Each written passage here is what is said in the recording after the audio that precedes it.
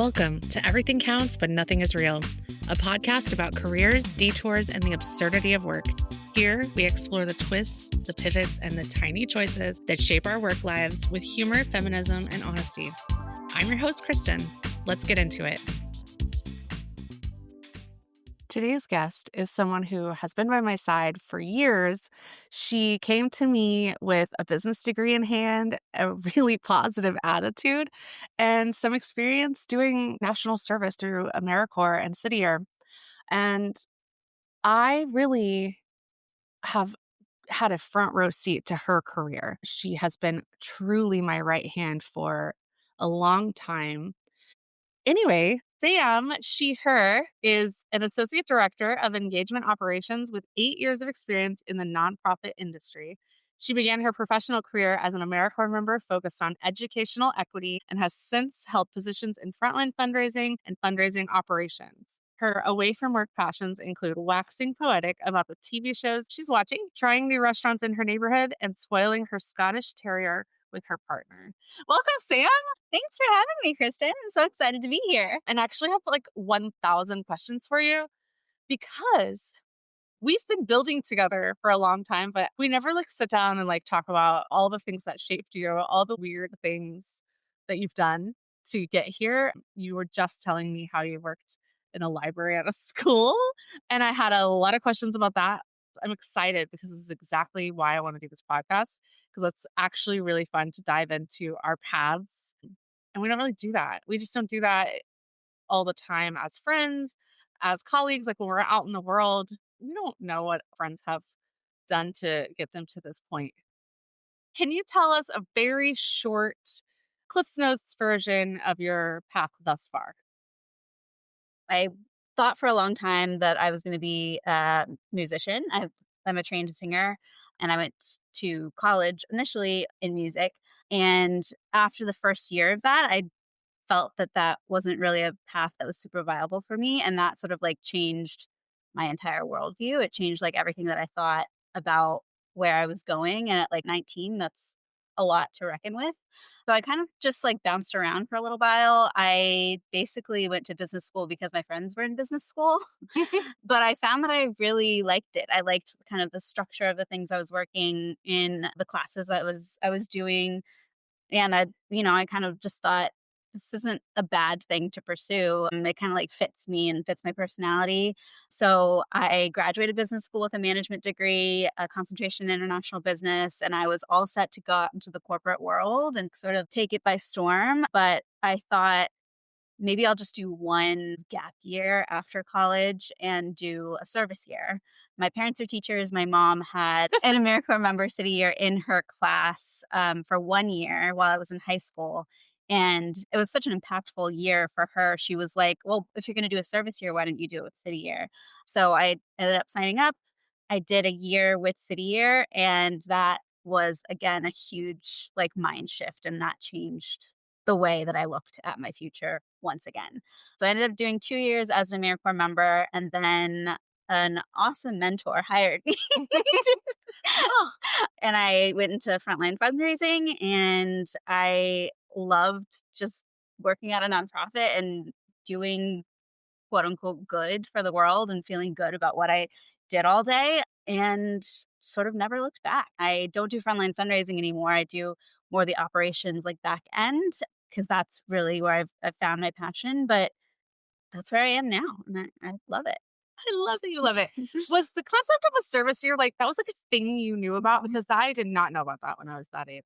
I can't remember exactly whether it was because of my mom's AmeriCorps member or if it was like sort of a thing that we talked about in business school. But yeah, it was sort of in my mind really strongly that I was just going to do quote unquote good for a year. Like I wanted to like contribute to something. I'd never really had an opportunity to volunteer anywhere else. Like I'd never like even volunteered at a soup kitchen or something like that. I did some work with grandma used to run a foster care kids camp during the summer. What? That's Yeah. so sweet. So I like really loved the idea of service and like serving others. And I thought there's no other time in my life really that I can do that except right after college when I didn't have a career yet. So yeah, it was just like really ingrained in me that like this was the time and this was what I was going to do. Yeah, like, go do service and then go be a business human and make millions of dollars. Exactly. Yeah. That's what I thought. I love that, and I love that instead of millions of dollars, you're here. I'm, you know, I'm contributing to millions somehow, You just not you are the way adjacent to millions of dollars. That is yes, true. just not the way I thought maybe I You would. do you touch Yeah, millions of dollars. yeah. Okay. So, sometimes things don't turn out exactly how we think they're going to, but it still kind of turns out. Okay, I like this framing. I wanna talk about your parents because they were both educators, and, you just said you weren't planning to do this. But how did watching their careers shape you and help shape any choices that you made? Yeah, I mean, watching them I will preface this by saying that I'm biased obviously, but my mom and my stepdad are two of the best teachers that I know, two of the best educators that I know. It's the type of thing where I would walk into the school and everybody would say, "Oh my gosh, your mom is just the best." I would like meet students of theirs and they would be like, "Oh my god, like your dad just changed my life." Stuff like that. So I guess I would just watch them make an impact on people's lives. They also like really instilled in me the value of education and just like helping others. I don't know, sometimes you think of, like, service and you think of, like, a doctor or, like, like an activist, but, like, watching them be educators and, like, really, like, give their all to their students and also just, like, their school communities, that was, like, what was service to me, just, like, in service to others, if that makes That's sense. beautiful. Yeah. Yeah, I like it. I wanna talk about what being an AmeriCorps member at City Year, what did it teach you about resilience and leadership and anything that you're carrying now that you're not at that organization? It's interesting that you asked about leadership. I guess maybe I'll go into resilience first because that was definitely a position that required a lot of resilience. It was 50, 60-hour weeks. Sometimes you get to school at 6:30 and you don't leave till 6 p.m. It's kids that are not necessarily super open to the mission of City Year, our near peer mentors, things like that.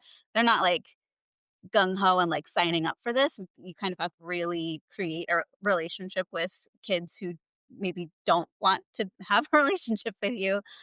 And for a people pleaser, that's really hard. So it was definitely like a trial by fire for the first year and the second year too, in different ways. And it did build up a lot of resilience in me, which was something that I needed too at the time. I didn't realize how much I would change in those 2 years, but I really, really did. I really became like a mentally tougher person.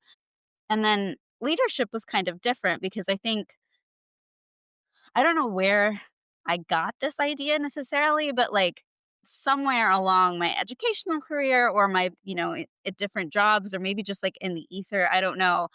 I got this idea that, like, I had to be a leader. Like, I was, like, meant for it. I'm good at it, I will say. Like, I'm good at, like, taking charge of things. If there's a group project, I can be the one that, like, coordinates and things like that. So I always thought that I was gonna be a leader, that I wanted to be, like, a CEO or I wanted to be the team leader, the manager. But over the course of my 2 years at City Year and then even sort of into, like, my first year as a professional working at City Year, that idea changed for me, and I guess it was kind of a combination of realizing that I didn't know where that idea came from, and it wasn't necessarily it felt like it was foisted on me and not something that was intrinsically me, and also the realization that the world needs supporters as well as leaders. I don't know if that Yeah. makes sense, and I just fit so much more into the role of a support then and like I said, I can do leadership if I'm called upon to, or if that is what is good for the group Yeah, effort you're, I'm like, working filling toward. Yeah. filling whatever the needs Yeah. in the moment. But I feel like a part of my journey that's maybe not typical is that I strove for leadership and I actually realized that I didn't want it. That's not who I am. I think that's so fascinating because I am programmed to just, like, I wanna be in charge of everything, and it also never occurred to me that you could just not. You could Yeah. just work a job, Yeah. and I love that. it takes a lot of pressure off. I think now is the perfect time. We're gonna have to talk about astrology and also birth order.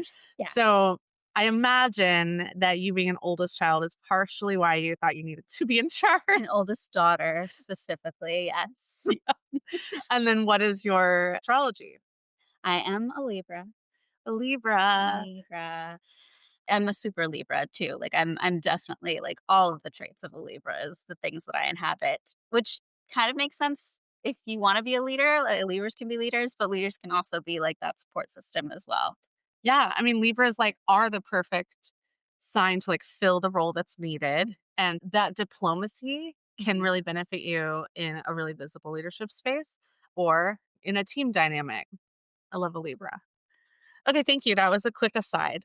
So you were a core member at City Year, and then you got hired to be on a fundraising team. You were a frontline fundraiser, and then we transitioned you to operations. Can you talk about that transition and like what it taught you about yourself? Well, first, making that realization of leadership versus support and realizing my passion really was supporting a team was super impactful to making this transition to data. As for what that decision taught me about myself, a lot of things just really started to click once I made that decision. I liked supporting the team. I knew I was an introvert before, but I didn't realize how much forming as an extrovert, as a frontline fundraiser was affecting me mentally. And it was just like such a relief to just really focus on supporting people that I knew. Don't get me wrong, I really loved being a frontline fundraiser too. Like I You were good loved at that it. time. I was good at it, but Yeah. it was definitely not who I am. Yeah. So that decision really helped me realize that, oh, maybe if I play to my strengths instead of just doing whatever the team required of me, maybe I actually can sustain myself better and also in turn do better for my team because Yeah. the corporate partnerships position was the only position available on the fundraising Yeah. team. So I had an option to go into schools, which I would have loved as well, but I really really wanted to do fundraising. I really wanted to just use my passion about City Year in the way that I could talk about it in a productive way.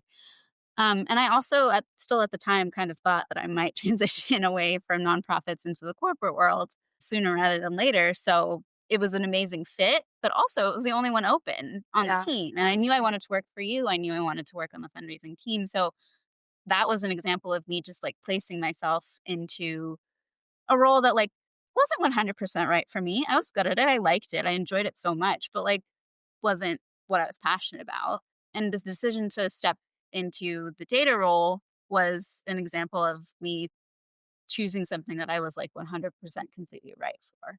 Yeah. That's that is the everything counts spirit, right? Yeah. That you saw an opening, it was a good fit, you jumped into it knowing there was like a little faith there that like it would build to something, Yeah. and it did. And I also believe in, like, the best fundraisers are the people who have done the thing, Yeah. and you had done the thing. You had been an AmeriCorps member and been on the front lines of that work, so it was a good seamless transition. What is one thing you wish more leaders understood about operations and the behind the scenes work? It's kinda cliche, but, like, to not take it for granted, Yeah. and I will say that, as a Libra, I'm doing both sides here. I will say that, not every operations person has the same philosophy as me, which is that I should be doing all the groundwork and all the work that I possibly can so that my leadership only has to like take away whatever they need to take away from the data. I know that there are operations professionals that don't have that same philosophy. So maybe, there's push and pull. I'm not going to speak for everyone.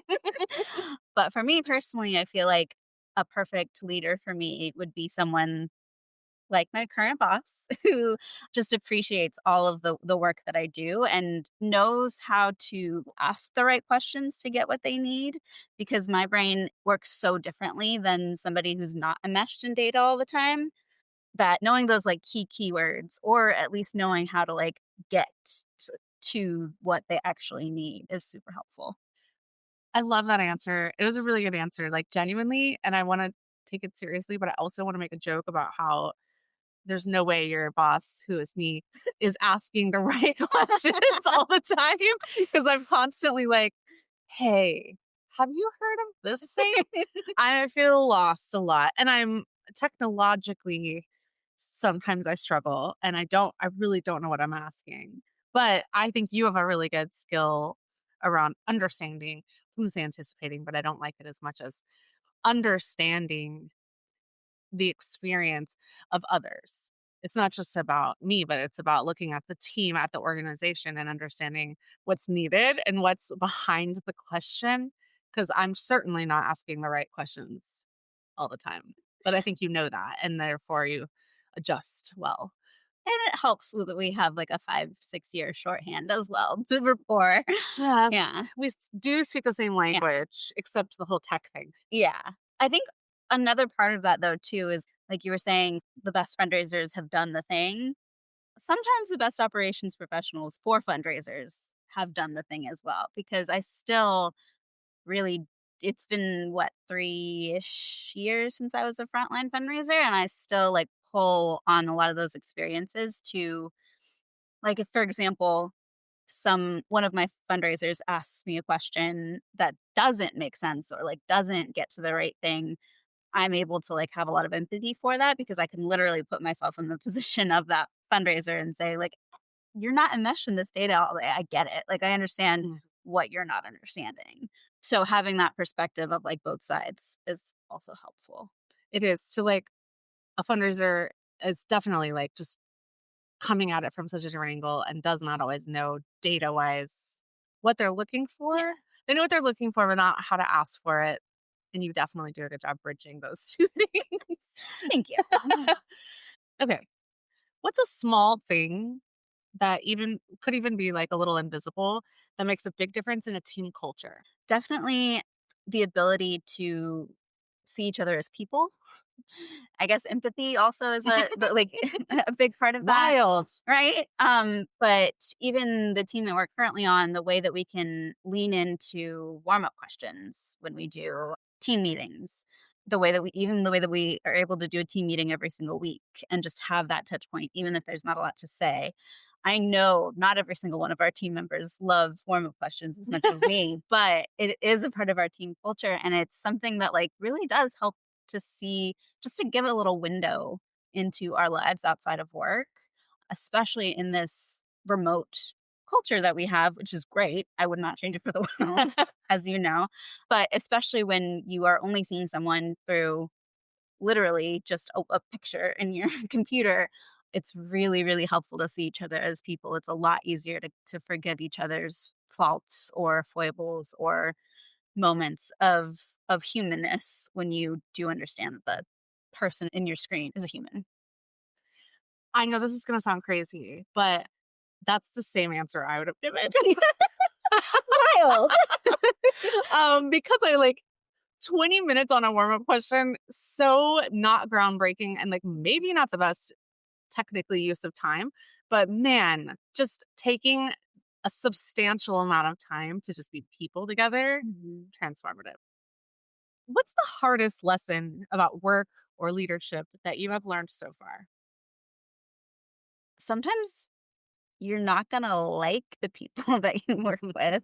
Sometimes you're not gonna personally like the people that you are leading or have to work with in some capacity. And for a people pleaser like me, and for someone who doesn't necessarily like see, I'm not someone that sees people's faults up front, which has been not to my benefit in some areas of personal life and also to my benefit sometimes. But it takes a lot for me to like not like someone, but I do believe people when they tell me who they are, and sometimes people are crappy, but you still have to work with them.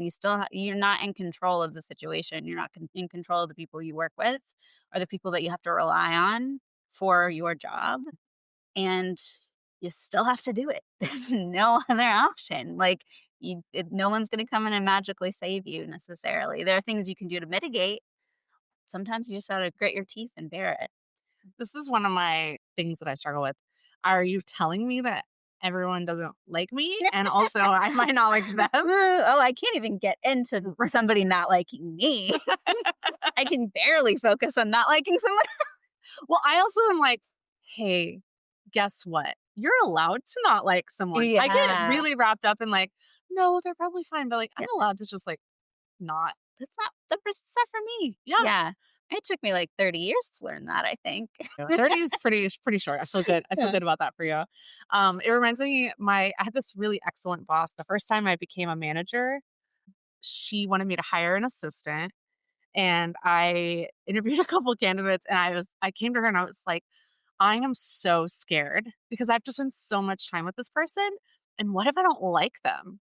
She just looked me straight in the eye and said, I don't know, it's a 50-50 shot that you won't like them. And I was like, wait, what? Wait, those odds are terrible. Oh no. But I'm proud to say I hired someone in that moment that I really liked. And I've done like a pretty darn good job, I have to say. You are a great A example. great track record, honestly. Okay, what's something wild that you've been asked to do? A donor, a boss, a colleague, just or just something wild you've seen in the workplace? It's more just like a funny story, but in maybe end of 2020, it was like pretty pandemic-y. No one was out on the streets. We got a big donation of books to give out to From a corporate schools from partner. a corporate partner, which was it was honestly amazing. They were great books, not complaining or anything, but it was definitely in that moment where like people were trying to figure out how to help in any way possible. And some of the help was super helpful and some of the help maybe was not as helpful, let's say.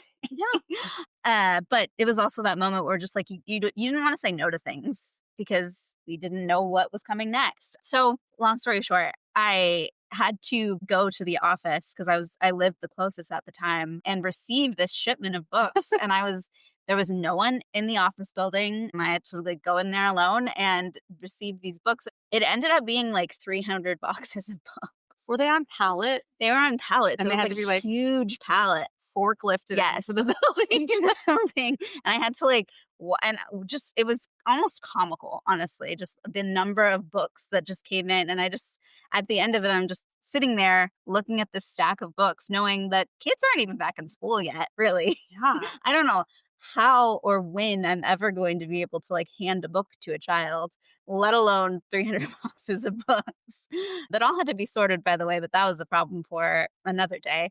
And yeah, it was kind of crazy just reckoning with the sheer number of books of donations that we had, but we gave away quite a few over the next couple of years, I would say. Yeah, we Yeah, chipped away at we it. But chipped like away at it. next up, we're gonna do the lightning round. This is a list of questions that everyone gets, and you don't need to overthink it. Okay, deep breaths. Lightning round. Question one. What was the very first job you ever had, and what did it teach you about work? The first job I ever had was being the preferred babysitter of my parents' friend group, but the first, like, W-2 job that I ever had was concessions at a movie theater in my college town. What? And that taught me a lot about what real work was. I was 19, so I'd not had a high school job or anything, and anybody working in the service industry will tell you that that was a crazy time. It was just like I had to learn so many new skills. It sounds silly, but, like, working a cash register is a skill, like, quickly, like, remembering an order and getting 3 popcorns and 4 sodas and 6 bags of gummies. That's the skill, like, having that recall. I had to learn a lot about, like, being on my feet for hours and hours and hours and not getting any relief from that. I mean, there are worse things in the world, but, like, that was a new thing. Sometimes you have to do things like, close at Mm, midnight, 1 a.m. in a quiet college town, and, like, that's kinda scary, but, like, you just have to do it because like, you need this job. yeah. It was quite an introduction to the workforce, I would say. Yeah. I mean, I love popcorn, but I don't want to smell like it every day. No, it was So, crazy. so kudos to you. What's one thing you believed about careers when you were younger that you definitely don't believe now? You have to work the same job for your entire life, and maybe that was because my parents were educators, and then, my everybody I know, my biological dad, my grandparents, they all had the same job. Although, I will say my grandpa is an interesting, uh, outlier to that. He has had many, many hats and excelled in all of them, but everybody else just sort of had the same career and just the same thing, and I thought that you had to do that. You were just kind of like you picked and then you were stuck and then you retired 40 years later. And you definitely don't have to do that. I find a lot of freedom in being released from that thought. Best or worst piece of advice you've ever gotten? The first thing that comes to mind is just like give an awesome interview. Like how to like give an awesome interview was like one of the best pieces of advice because it got me the corporate partnerships job. And then what was the feedback you got on that interview? It was the best interview that the HR person had ever given or ever like gotten. She really did say that. And I mean, I worked my butt off on that interview. Like I really like I studied for hours. I literally hours. I like thought about interview questions and thought about responses. And so I just practiced and practiced until I felt so confident and I killed it and I got the job. What is your career armor? So that's like something you reach for comfort during work, an outfit, a snack. Well, right now, while I'm in a remote job, it's definitely just comfort. When things get hard and stressful, I just do whatever I need to do to get comfortable. I leave my desk. I take a walk. I cuddle my dog. This is not advice, but just what I do. I get in my pajamas. A very controversial stance. I know. Obviously, everybody has to do their own thing, but I get in comfy clothes. I have a snack. I make sure that my personal self is like so relaxed and chilled so that I'm ready to take on the day. Full relaxation Comfort mode. is my armor. Yeah. Yep. Most embarrassing work story. This is very embarrassing. And I think others would say that it's more embarrassing for the other person, but I'm obviously not naming names, so it doesn't matter. When I was a city year, I was left in charge of a class. The teacher was absent and the substitute was just not up to the job of substituting. And so, in typical me fashion, I was like, I guess I'm going to have to teach the class. The substitute is literally not doing anything. This class is in extreme disarray. And instead of walking away, which is what maybe you should have done, getting an adult or adult. I was like, I know these kids. I'm going to do the best that I can. I'm going to get them through this worksheet. And it was just like a really stressful class period. It had been a really stressful day. And one of the kids who I knew was sometimes made excuses to like leave the class at any point really was insistent on going to the bathroom. And I was like, no, Oh, I took that no. typical, like, adult role of, like, "No, I don't believe you," like, "No, you're gonna be fine, you're just it's, like, 10 more minutes in this class, whatever," and I just wouldn't let them go to the bathroom, and this child was made a age typical immature decision and, peed their pants out of Wow. spite. Out of Out of spite. spite, and I immediately felt just so bad, and also that was not my job to deny them. That was, like, really an embarrassing realization for me that I was on a power trip, and I was like, "I can't ever do that again." That was not fair to me, that was not fair to them, that was fair to the rest of the class, so that was a formative moment, very embarrassing. It's actually, I mean, I understand feeling embarrassed, but it's such a good lesson. It was a great lesson, and it also, I think, was a lesson for the child as well. After I contained the situation and got the rest of the class out and did bring in an adultier adult in and handled it the way that I felt was necessary, child and I did have a heart-to-heart, and they learned from it, I learned from it. We resolved it really, really well. But, yeah, Humbling. things happen. Yeah. Very humbling. Fixing typos in casual conversation, yes or no? Yes, I Mhm. do, almost every time, Okay. unless I'm really, like, it's just not thinking or, like, I don't, like, read it again, but actually that never happens. I always, like, read read my conversations over and over again just to make sure that I didn't say anything embarrassing or make a typo. Yeah, I mean, you don't want people to think you don't know how to spell, Yeah, but and I also, don't, but I don't want people to know well, that. yeah, as millennials, of course we don't know how to Yes, spell, but have spell check, but I don't want people to think that I don't know how to use spell check. Mhm. That's embarrassing. We're gonna do the results of this podcast, this particular question over time, I'm gonna do, like, a research study Okay, on it I love it. because I'm endlessly fascinated. It's important. Yeah, We I gotta know. agree. I need to know. What would your advice be to someone who feels off track right now? Mm. In the spirit of everything counts but nothing is real, you're probably not off track. You're probably learning something. If you really feel like you're in the wrong place and you can't change it for whatever reason, like, it's time to dig deep and figure out why you're here, because you're probably there for a reason.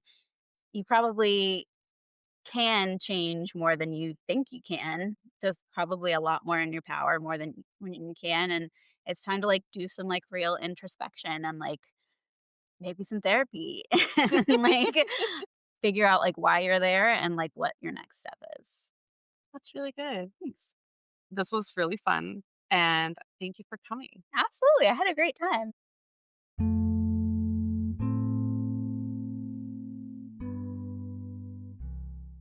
Talking to Sam reminded me of something I thought about a lot when I was at City or working with young people who were sort of going into a year of service, whether that was after college and taking a gap year, or maybe they were in between high school and college. Whatever it was, they were seeking something. And it reminded me that I constantly liked to think about service with AmeriCorps as being undercooked. And I say that with love because I think I got out of college when I was, 21, 22. I was undercooked. Oh my gosh. If I had just been sent into the world, I do not think I would have landed on my feet in the way that I have thus far. And that is because I went straight from college into grad school because I didn't know what I was doing with my life and I needed something. I needed to keep going. I needed like the confines of a program to keep me learning and to keep me in the oven a little bit longer. So then when I met all of these young people who had chosen to remain cooking by doing service, I was constantly inspired because again, I just don't know that 21-year-olds, 22-year-olds are really ready to just go out and build a career. I mean, a lot of you did. It's very normal. But also, I personally needed extra time. I needed to learn about the world around me. I needed to figure out my own political lens. And I got to watch that in so many people when I was at City Year. And I think that's so inspiring. And Sam is always a reminder of taking the time to understand who you are and build from there and kind of go with the flow. She's very just flowing and has never been attached to a path because she has a lot of faith that what she's doing in the moment is what's right for her. I also, during that time and working with Sam in general, have learned a lot from people younger than me about work life balance. And when I first met her, she would sign off at exactly 5 every day, and I knew not to message her, even though that was hard because I was also younger and intense, and I had no boundaries.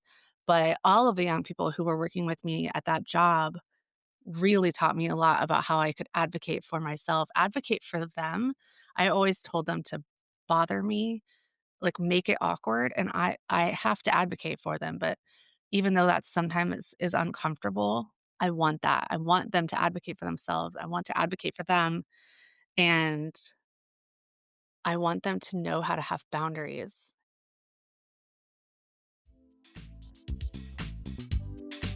Thanks for listening to Everything Counts, but Nothing is Real. Remember, even when nothing feels real, everything you do counts. Capitalism may be absurd, but so are we. And on that note, well, it's been real. Don't forget to subscribe. I'm Kristin. See you next time.